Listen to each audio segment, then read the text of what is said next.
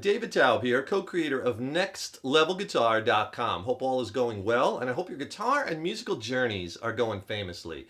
And welcome to a series of lessons I'm going to be doing on lead guitar and different techniques and devices that you can add to your lead guitar playing to help you develop your own voice on the guitar. These are just springboards that I want you to take and put your own twist on and make them your own. A lot of these devices you can use across, any scale that you're playing, and there are ways that you could maybe add something different to your playing or some new technique or something that you could pull from and get inspired by. And some of the techniques I'll be doing in these lessons will be more beginner level, some intermediate, and some a little bit more advanced. So I kind of want to do a little sprinkle of each and give everyone, a broad overview of some of the things that can go into creating guitar solos. Before we get rocking, if you could do me a favor, please subscribe to the channel. Subscribing to the channel, that really helps us to keep bringing the content. Then also you will be notified when we have some new lessons up. Leave a comment below. Let me know what lessons you'd like to see coming up, how you like this lesson. If you like the video, please give it a thumbs up, and we thank you so much for your support. And I'll put the complete solo at the end of the video, and this way you could check out the devices that I'm using in the context of a whole solo over the track. In this lesson, let's tackle some more, easy, kind of more beginner lead soloing devices that can really help you to get some different sounds. And in this instance, we're jamming over this real sludgy B minor jam track. So we're in the key of B minor. We're using B minor pentatonic and blues over all the chords. We're also using B natural minor. But for this, let's just take this one B minor scale, B natural minor scale, or B Aeolian mode. Let me show it to you, and this is a scale we're going to use to build some licks from. It's movable off of the low E string root on the 7th fret. That's our B note. So the scale looks like this.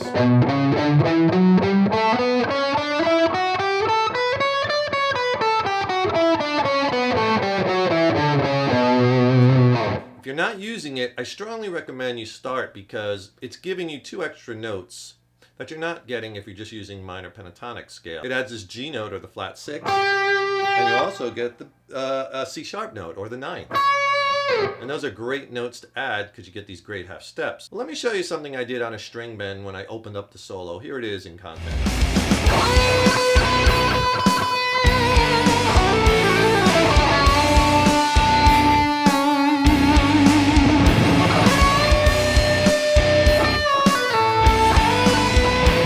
Bending up a whole step, but the reason why that bend works so well is I was bending to the root note.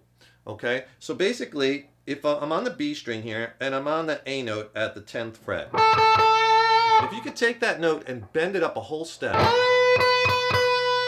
right? So I'm using 1 finger per fret and I'm putting all 4 fingers down. You'll have the most strength and accuracy if you bend with as many fingers as you can. Try to get all 4 of them down or 3 of them down, especially when you're starting out. Really helps with the strength. And you want to bend to a target note. So here we're bending to the B note. That's a whole step away, so you can check. See? You want to hit that note. If you're bending it like this, see, it's flat. You didn't bend it high enough. Or if you're bending it like this, you're bending it too much. You overbent it. So you want to practice that. And then check. And see if you can get it every time.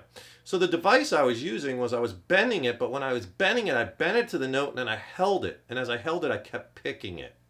And that kind of sounds kind of cool, right? It's not just a string bend. You're kind of doing a little bit more. And that's kind of the nuances of lead guitar, right? Taking the notes of the scale, of course, and building licks, right? Scales are the building blocks. But then we're taking those notes and we're doing things with them that are musically interesting, right? So here's... You can even let it down slow. So you're bending up, holding the bend in pitch, Picking, alternate picking, down, up, down, up, down, up, down, up. Then you can let it down, give it a little vibrato. And if you want to see the scales diagrammed out on paper that I'm talking about, because sometimes it helps to have that visual connection to see it on a piece of paper as you're practicing it and getting it under your fingers, I could help you with that. I'll send you a free video lesson on some other ways to really help spice up your soloing, as well as an ebook. And in the ebook, I diagram out not just these scales, but like 29 scale patterns across the neck. There's fretboard diagrams, soloing strategies, other lessons. It's a great resource you'll use throughout your guitar journey. Just click on that link in the YouTube description box. I'll send them both to you for free. Another cool bend little trick you can do when you're first starting is what I call a quick bend. Or what's also known as a jerk the chain bend, right? You're kind of just jerking it. And that's a good one on the G string because you're bending to that blue note, like the minor pentatonic and blues scale, which looks like this.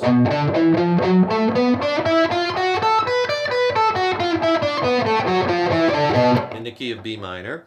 We have this blue note here, right? Which is our F note. So we want to bend to that. All right, so you want to check that bend, but try to bend like up and down quick, and it gives you that really kind of cool sound. It's very different than this slow bend like we did before, holding it and picking it. Almost like the opposite, right? So that's a cool little thing you could do with all your bends, but try it. Bend up and let it down. Again, here I'm bending with 3 fingers. Again, put down as many fingers as you can to execute these bends. So much more strength and accuracy. And then pull it off to the 7th fret. So I'm bending 9, quick, 7, then slide it back to that 6th fret. Vibrato.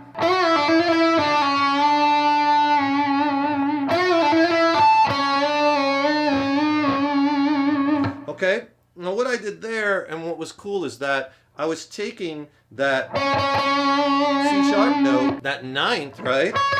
That's in that natural minor scale, and I was bending it a half a step and letting it up and down, up and down, up and down. That gives you that melodic kind of sound.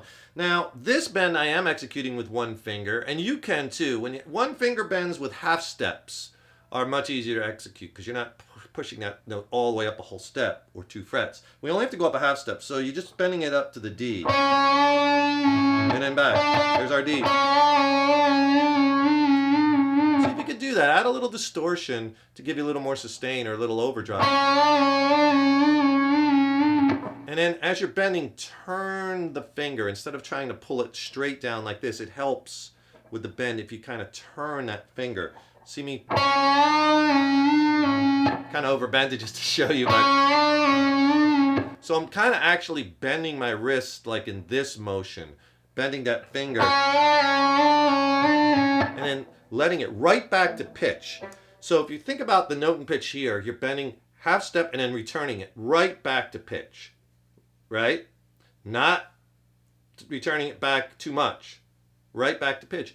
And you know, the guitar is a tension-based instrument. There's tremendous tension on the neck from these strings being pulled tight, so it'll spring back. It just takes a little feel. But you want to execute those half-step bends often when you're using the scale because they're very melodic, and I try to infuse this solo and a lot of my solos with these melodic elements, as well as some flash too, right? Gotta have some fun. But mess around with that half step. Another thing that I did was I used slides to get a little different sound, and I descended right down that blues scale. Right? So you can take it right from the root note.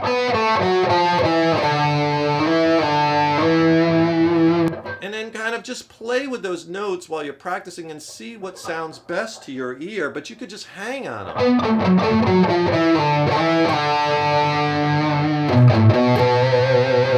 And then you can end on your root note, B. But a lot can be said for leaving space. And that, when you're now in your lead guitar journey, is something that you really want to work on, because a lot of times people just play too many notes, note, note, note, note, note, note, note, note, and the music can't breathe, right? And nobody likes that person that talks too much. So you really want to leave some space and just slide in vibrato, shaking that note. You're letting that ear kind of land on a certain note over a given chord, and you're vibratoing it, kind of putting a period at the end of the sentence, but letting it breathe. Just mess around with that scale. And string muting too. Lay your palm of your hand right on the strings.